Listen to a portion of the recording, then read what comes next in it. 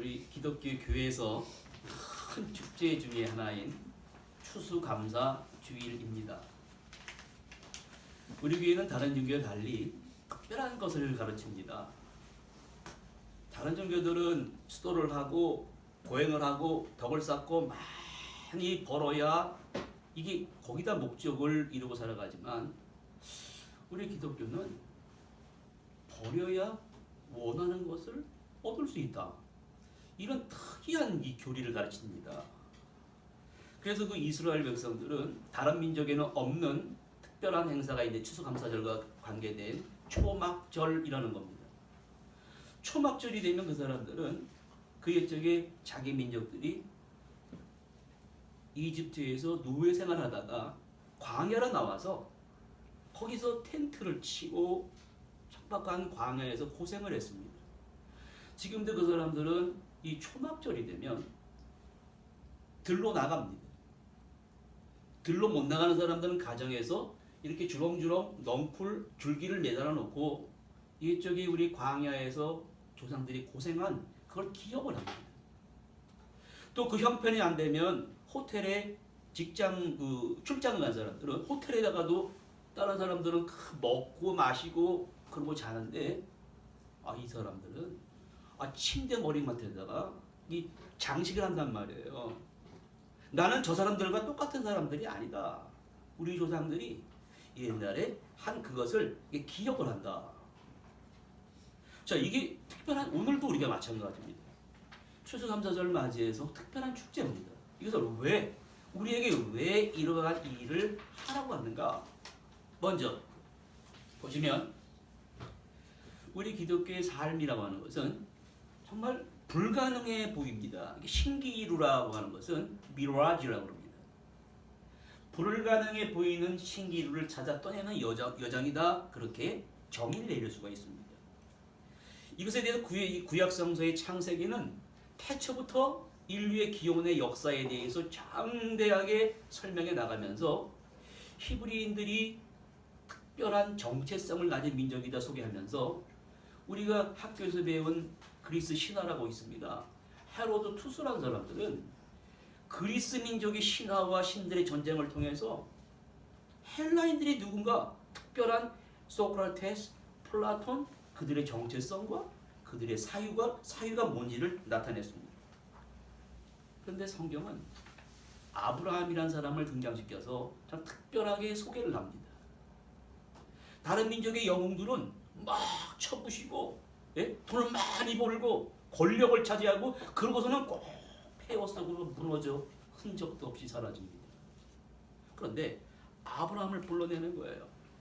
아브라함이 있던 당시는 메소포타미아의 당시 최대 문명 속에서 수르라고 하는 갈대아 우르라고 하는 최고의 지금으로 말하면 뉴욕의 맨하튼 그런 곳입니다. 거기서 그 당시 사람들은 무슨 신을 섬겼냐면은 난나 달의 신입니다. 그 당시는 최고의 신이 달이에요. 왜?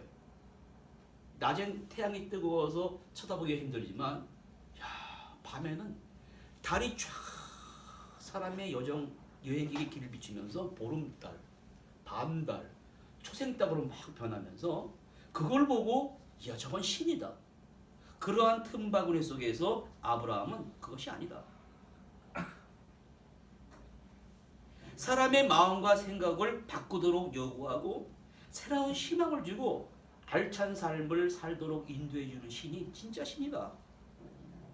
그리고 아브라함은 우리가 보기에는 무질서하게 모든 사건들의 연속처럼 보이지만 이것이 아니라 그것을 뛰어넘어 초월적인 경험을 하게 하는 한 살아계신 하나님이 우리와 함께 하신다. 이것을 깨달은 사람이 바로 영웅 아브라함입니다. 다른 민족의 영과 달리 아브라함은 시작할 때부터가 좀 불안해요. 암울한 소식과 함께 시작을 하는 거예요. 가진 것 많았습니다만 무슨 암울한 소식이냐면 아내가 자식을 못 낳아요. 지금도 자식을 낳지 못하는 분들은 참 마음이 아픈 얘기입니다. 기원전 4,000년 전에 자식을 못 낳는다고 하는 것은 그때 당시의 얘기로 말하면 히브리어로 아카르란 말은 가족이라는 나무 그루터기로부터 떨어져 나와서 말라 없어진 상태를 말하는 거예요. 여러분, 그 사람의 고충을 이해할 수 있으시겠습니까?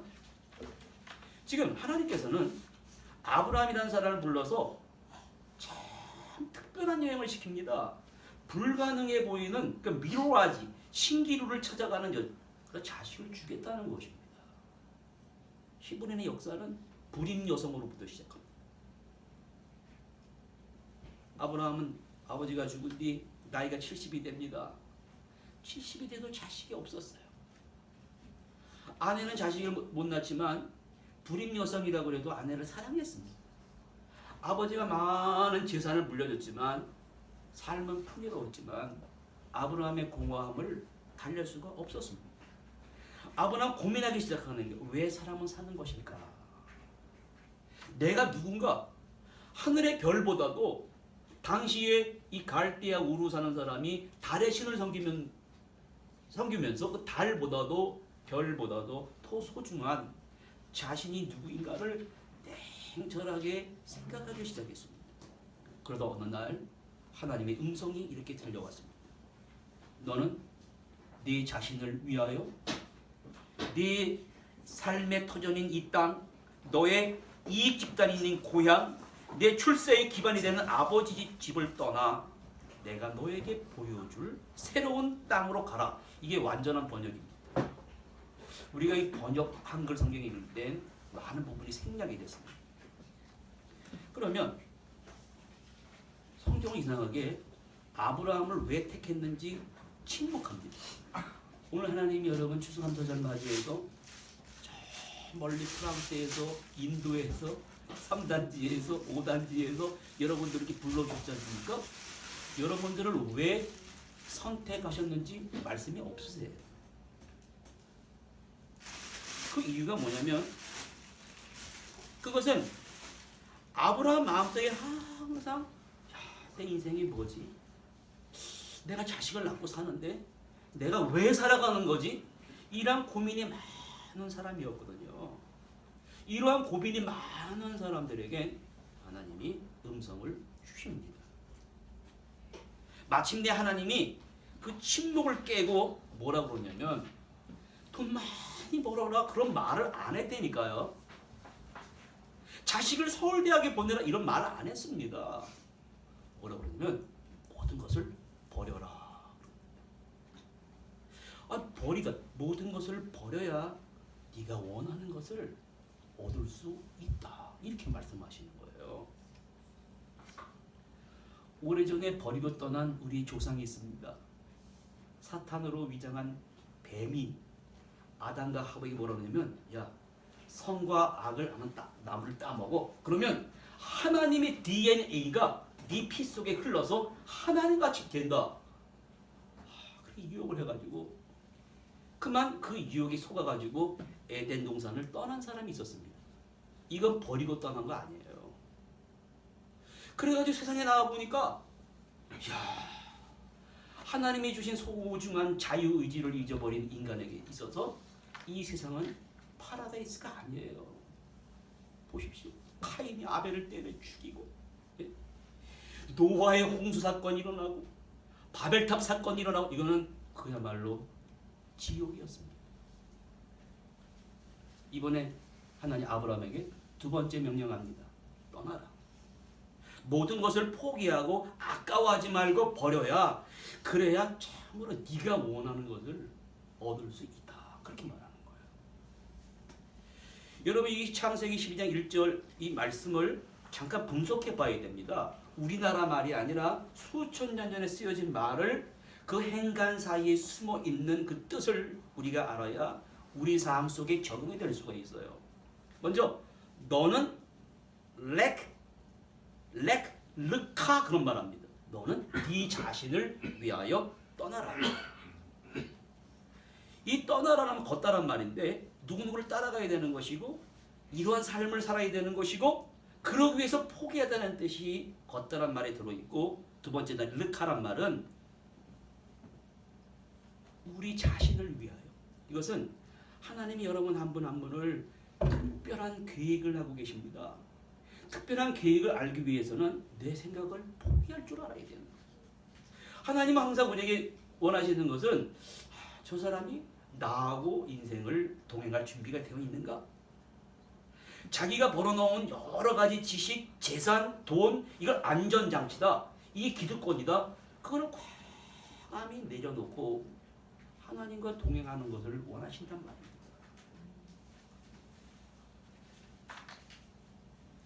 무엇을 위해 떠나라 그러냐면 첫 번째, 땅으로 떠나는 거. 여러분도 저도 그렇고 저는 뭐 가진 게 없어서 등기부 등본이라는 게 없습니다만 다 땅이 있습니다. 이 우주라는 것을 비교해 볼 때 지구는 조그만 점에 불과합니다. 여기선 위도 하늘도 없고 땅도 없습니다. 근데 땅을 버리라는 거예요.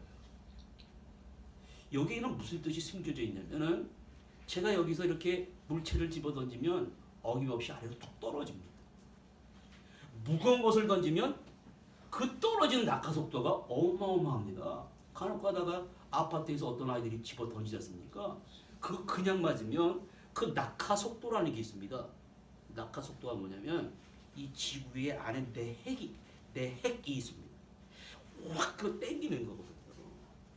수금주야 목도 천해명 다 있지 않습니까? 물체가 크면 클수록 확 끌어 땡기는 거예요. 달이 돌면서 끌어 땡기니까 밀물이 있는 것이고 썰물이 있는 것입니다. 그럼 땅을 떠나는 건 뭐냐면 잠깐만 끌어 땡기는 집착하는 거예요. 우리가 땅을 떠나면 다시 돌아서 땅으로 옵니다. 네 땅 내 땅, 내 집 네 집 하지만 땅을 떠나면 다시 땅으로 오는 거예요. 이 땅을 떠나라는 말씀은 이기심, 인간 중심적이고 제한적인 생각을 떠나라는 것입니다. 우리도 모르게 중력이 확 잡아당기듯이 자기의 집착하는 것 이거 떠나야 된다는 거예요. 또 네가 떠난 곳입니다. 떠난 것은 고향입니다.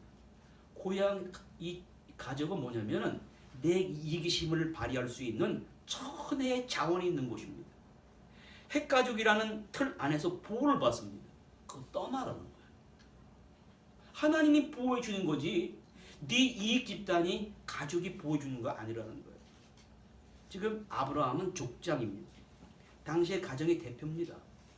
족장이 가족을 등지던 일은 있을 수 없습니다.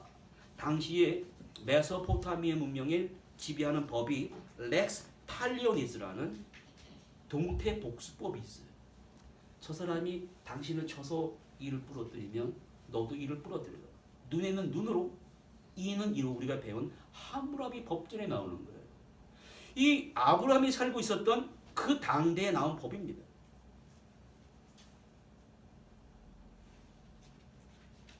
하나님의 명령은 점점 좁혀갑니다. 땅을 버리고 고향을 버리고 부모를 버리고 오늘 우리에게도 주일날 추수감사절 파티하러 나오라고 그러는데 왜 잠깐 버리라고 그러는 그 뜻이 있습니다.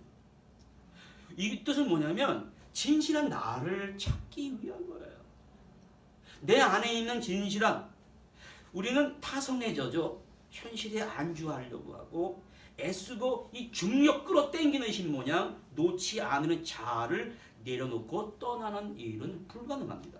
그러나 과연 떠나면 얻게 되는 것이 있습니다. 그것이 무엇이냐면 떠날 때 비로소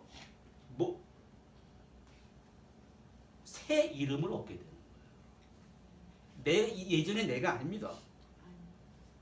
그럼 하나님은 아브라함과 잠깐만 떠나라 그러는데 어디를 목적지를 미국, 영국, 파리 목적지를 정해놓은 게 아니라 내가 앞으로 보여줄 땅으로 가라고. 참 애매합니다.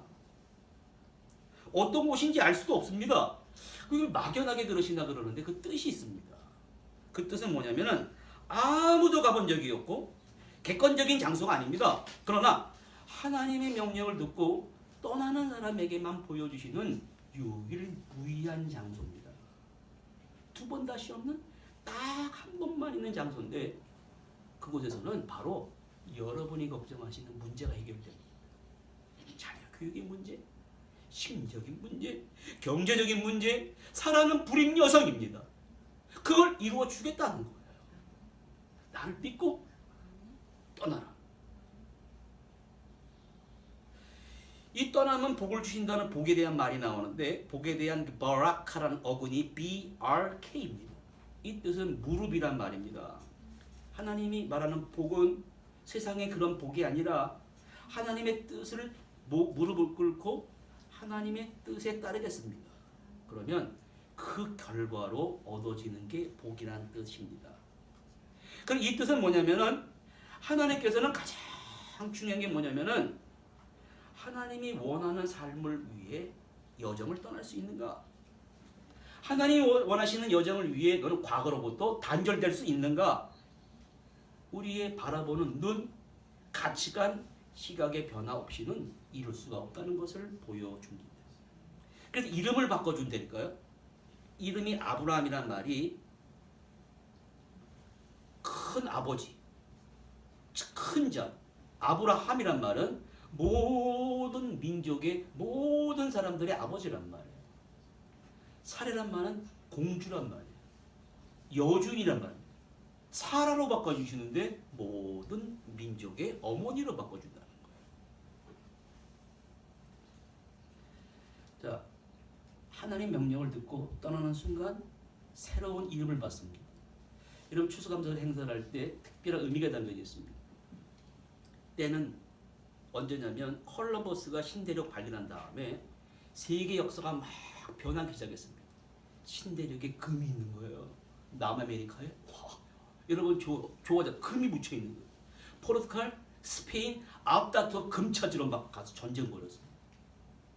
동시에 무슨 일이 벌어졌냐면 로만 카톨릭이 전 세계를 지배할 때 영국이란 나라가 우리는 이 로만 카톨릭 안 따르고 우리 국교를 세우겠습니다. 헨리 8세가 수장령이라는 것에 의해서 영국 공교가 생겼을 때 그때 개신교 우리는 당신의 지배를 받지 않고 잠깐만 이렇게 예배하라고 그러고 신앙적으로 박해하니까 이 종교 개혁자들이 피오리탄 청교도들이 자기가 자유롭게 예배를 할 수 있게 해달라 잠깐만 박해했습니다. 사람 자기 뜻대로 하는 교리를 어긋난다 그러니까 막 박해하고 막 힘들게 그러자 옆에 네덜란드가 좀 낫거든요. 떠났습니다. 거기 가서도 또 쫓아갑니다. 그래서 102명의 청교도들이 버리고 떠난 거예요.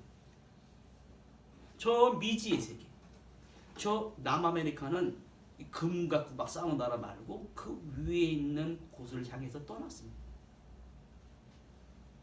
1620년 9월 6일 날 정확히 영국의 플리머스 항이라는 곳에서 102명의 청교도들이 신대륙을 떠나는데 추운 겨울날 배의 3분의 1이 죽어나갑니다. 이들이 왜 떠나냐면은 내가 내 믿음을 지키기 위해서 내 신앙을 지키기 위해서 자녀들을 올바로 교육시키기 위해서 하나님이 떠나라고 하십니다. 모든 걸 다 버리고 하나님이 인도해 준 대로 가라. 그 명령을 따라 떠나는 거예요. 1640년까지 대서양을 건넌 청교도들이 무려 2만 명이 넘었답니다. 그들이 도착을 해서 감사 예배를 드렸습니다. 이웃을 불러서 인디아를 불러서 친면제를 잡아놓고 같이 먹으면서 하나님께 예배를 드려 앞이 보이질 않았습니다. 그러나 하나님이 하라고 그랬습니다. 그 결과 어떻게 됐냐면 그 청교도의 후예가 세계를 지배하는 나라가 됐고 돈 쫓아간 사람들이 있어요. 황금 쫓아간 사람들은 이 청교도의 지배를 받는 나라가 됐습니다. 그럼 여러분 왜 우리 보고 이렇게 힘든 여정을 살라고 그러냐고요. 아 그거는 하는 사람이나 하지 그거 살아야 되는 이유가 있단 말이에요. 그래서 아브라함을 보십시오. 아브라함은 정착하지 않은 가나안, 네겝 지역, 이집트 다시 또 떠나라는 거야. 베델로 갔다가 가나안 갔다가 소돔 근처에 갔다가 헤브론에 갔다가 어디 정착했는데 여기서부터 기적이 벌어지기 시작합니다. 마무레라는 지역이 이게 사막이에요. 50도가 막 넘는 지역에 이 마무레라는 지역에 상수리 나무가 있었습니다. 상수리 나무 키가 20m, 30m예요. 그런 게 사막에 있어주니까 그 더위를 피할 수 있는 것입니다. 아브라함은 늘 하는 일이 있었어요. 이제 나이가 99세가 됐어요. 자식을 주시겠다고 아내가 불임 여성인데 그때는 모든 것이 하나님 정말 주실까? 가물가물 사라져 버리는데 하는 일이 뭐였냐면 그때 하나님이 나타나 이렇게 말합니다. 내가 너와 언약을 이루는데 너를 새로운 여러 민족의 아버지가 되겠다. 나타나는 것은 아무것도 안 나타나는 거예요. 세 번째 나타난 사건이 낯선 자, 곧 하나님을 대접하고 문제를 해결을 받은 사람. 우리가 여기서 키포인트를 찾아야 됩니다. 하루 종일 무더운 더위에 그늘 아래 앉아 있었습니다. 노인네가 둘이 앉아서 뭘 하겠습니까? 100세를 바라보고 아내도 86세인데 저 몰래 보니까 나그네들이 이렇게 여행하고 지나다닙니다. 그러면은 사막에 얼마나 덥습니까? 그러면은 아브라함이 하는 일은 뭐였냐면 달려가는 거예요. 무조건 달려가서 얼마나 덥습니까?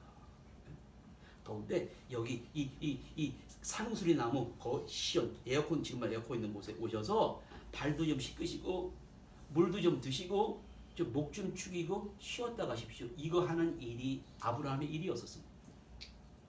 매일 그러한 일을 반복하는 거예요. 근데 사실 이게 위험한 일입니다. 당시에는 렉스 탈리오니스라는 복수 동태법이라는 게 이는 이로 누는 의로 이것을 해당을 받는 사람이 누구냐면 그 지역에 사는 사람들. 근데 외국인들은 해당 사항이 없어요. 그러니까 외국인들은 마음대로 약탈하고 죽일 수가 있었습니다. 지나가는 사람들은 외국인. 저 사람이 보기에 아브라함도 외국인이에요. 그러면 서로 외국인이란 말이에요. 이 얘기는 지금 아무도 상종 안 할 수도 있지만 아브라함은 사막 한 군데. 그래서 이것이 뭐냐면은 아브라함은 하나님께서 나타나셔서 75세 때 너는 완전한 사람이 되어봐야 된다. 하나님이 원하시는 꿈을 이루게 너는 좀 더 온전한 사람이 되어야 된다. 그래서 아브라함은 뭘 연습했냐면 그 사람의 입장에서 그 사람을 이해하는 걸 생각하는 거예요. 야, 이 더울 때 이렇게 여행을 하면 얼마나 힘들까?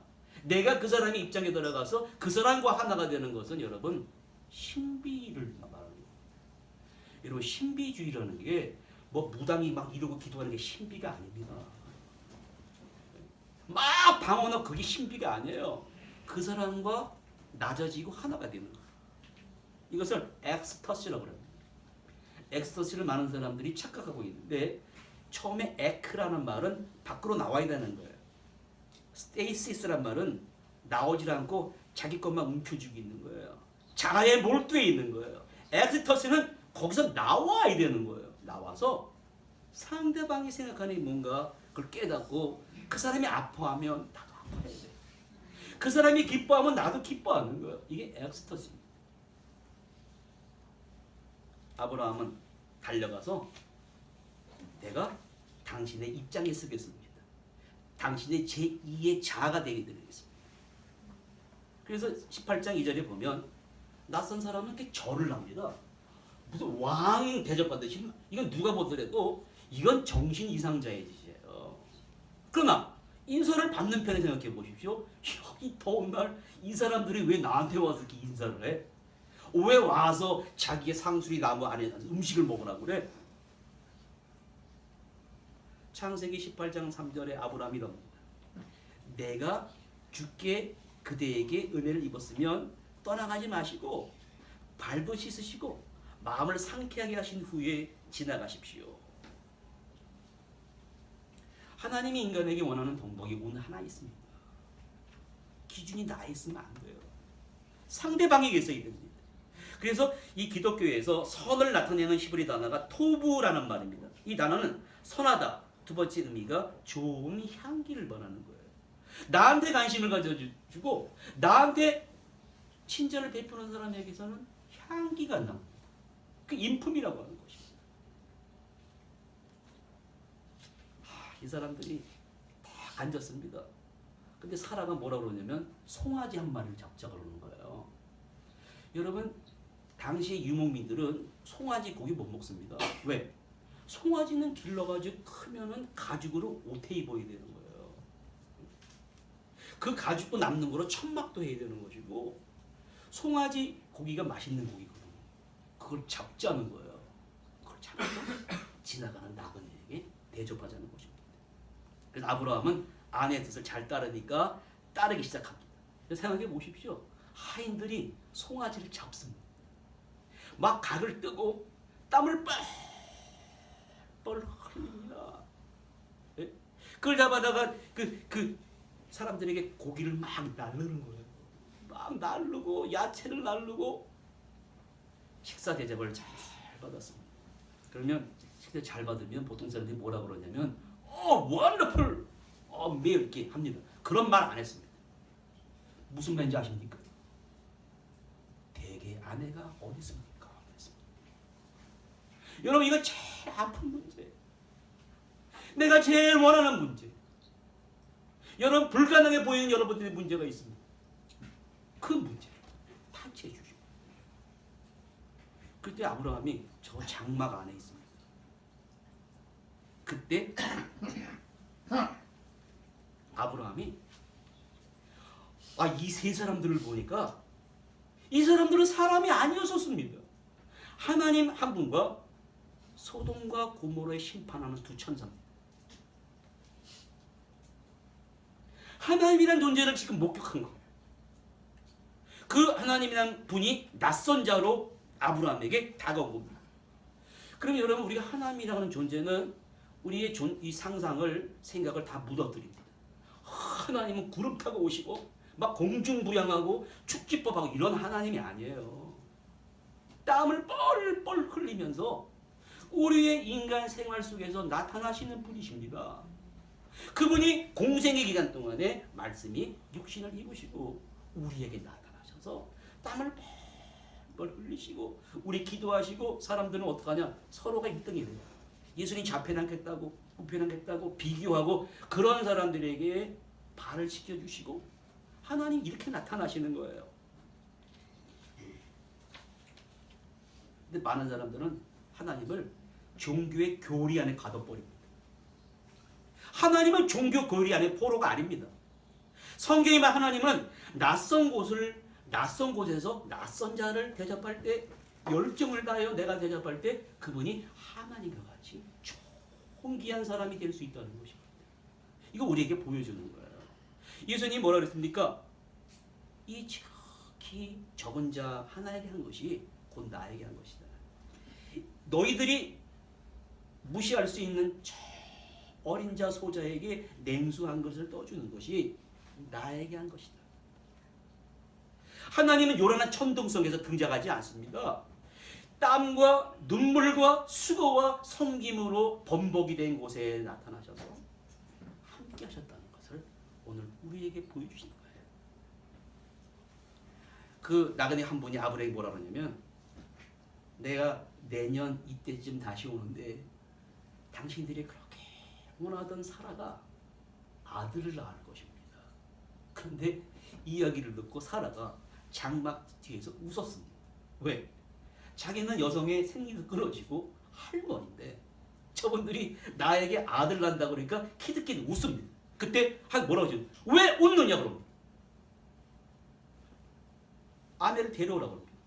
사라가 무서워가지고 그 한 명의 신과 두 천사 앞에 불려왔습니다. 너 왜 웃었느냐?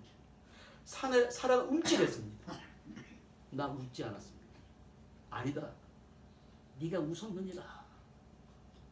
하나님의 신의 음성을 듣고 이렇게 실수를 하고 믿지 않는 사람이라 할지라도 하나님은 가르쳐 주십니다. 오늘 여러분 불가능한 일이 일어날 것이다 그랬는데 여러분 속으로 내가 어떻게 일어나겠습니까? 그런 사람하고 똑같다는 말입니다. 저한테도 있습니다. 저한테 불가능한 일이 있습니다. 이걸 이루어달라고 하나님께 기도를 합니다. 하나님께 어떤 자세를 가져야 됩니까? 대접해야 됩니다. 내가 낮아져야 됩니다. 18장 14절에 말합니다. 여호와께 능하지 못한 일이 있겠느냐? 기한이 이를 때 내가 다시 돌아오리니 사라에게 아들이 있을 것이다. 여러분 왜 이렇게 힘들게 복을 주시냐면 불가능한 것을 가난케 해주시는 하나님을 알아야 그 복을 복인지 압니다. 복을 좀 주고 공부 좀 하고 돈을 많이 벌면요 사람들이 샴페인 터뜨리고요. 올라가다 뚝 떨어져가지고 다 자멸합니다. 그런 사람 되지 말라는 거예요. 불가능을 가능케 하시는 하나님을 바라보면서 오늘 우리 자녀를 통해 역사하신다는 거예요. 자녀들 학교 가 보십시오. 막 비교하고 경쟁하고 그런 가운데서 하나님이 우리 자녀를 향하신 특별한 뜻을 하나님 보여달라. 인도해달라. 그러한 기도가 나오면 어떻게 따라? 이 뜻을 따라야 됩니다. 하나님, 아브라함에게 보여주신 그 길로 우리를 인도해달라. 사랑은 1년이 막 지나갑니다. 하나님의 그 음성, 내가 막 깔깔깔 웃는 소리 도저히 잊을 수가 없어요. 시간이 되자 할머니가 점점 배가 불러오면서 아기를 낳았다는 것입니다. 믿을 수 없는 일이 지금 이 가정 앞에 펼쳐진 것입니다.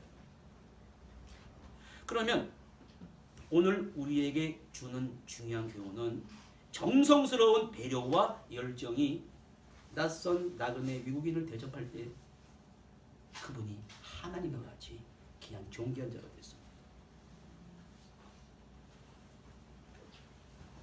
오늘 아브라함에게 나타나신 그 하나님이 오늘 우리에게 묻습니다. 내가 가진 것을 아낌없이 나누며 섬김의 대상으로 만들어야 되는 거예요. 그게 바로 추수감사하는 절기입니다. 마가복음 이런 말씀이 있습니다. 너희 중에 누구든지 크고자 하는 자는 너희를 섬기는 자가 되고 너희 중에 누구든지 으뜸이 되고자 하는 자는 모든 사람의 종이 되어야 하리라. 인자가 온 것은 섬김을 받으려 함이 아니라 도리어 섬기려 하고 자기 목숨을 많은 사람의 대속물로 주려 함이니라. 오늘은 추수감사주일입니다. 높고 높은 보좌를 떠나서 우리 함께 하셔서 섬김을 받으려는 것이 아니라 섬기려 하고 자기 목숨을 많은 사람의 대속물로 주려는 것을 나타내는 절기입니다. 오늘 이 시간에 우리가 성만찬 Holy Communion이라는 시간입니다. 우리에게 몸을 주셨습니다. 우리에게 영원한 생명을 주시기 위하여 자기의 피로 우리의 죄를 다 속해 주셨습니다. 예수 그리스도의 십자가에 희생하는 기념하는 몸을 상징하는 떡과 그의 흘리신 보혈을 기념하는 잔을 이제 우리가 받는 시간 갖도록 하겠습니다. 나와서 준비해 주시고